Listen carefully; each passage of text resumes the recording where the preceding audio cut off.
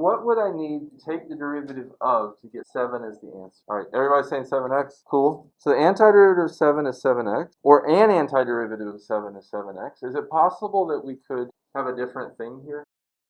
All of these would work. This is the first one we think of for obvious reasons. But all of these are like acceptable alternatives, right? When you take the derivative of a number, it goes away. If we just needed one antiderivative, somebody just said find one, 7x works perfectly well. If you wanted to describe in general, we would do exactly what you said. We would say the general antiderivative of 7 is 7x plus c.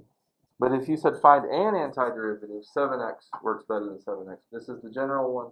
This is one, and it would be also acceptable if you said an antiderivative of 7x plus 3. You just need one of them. If you want to find the area under a curve, y equals f of x from x equals a to x equals b.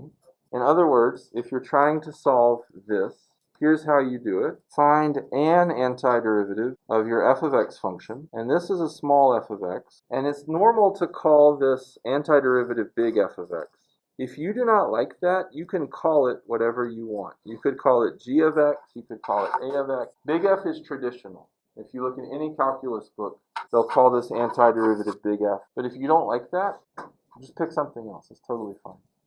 You're going to evaluate the antiderivative, where you have plugged in the numbers, which are the endpoints of your interval that you're trying to find the area with regard to. So we have this incredibly hard problem that we wanted to solve. It turns out we take something we know how to do it backwards, and it solves it.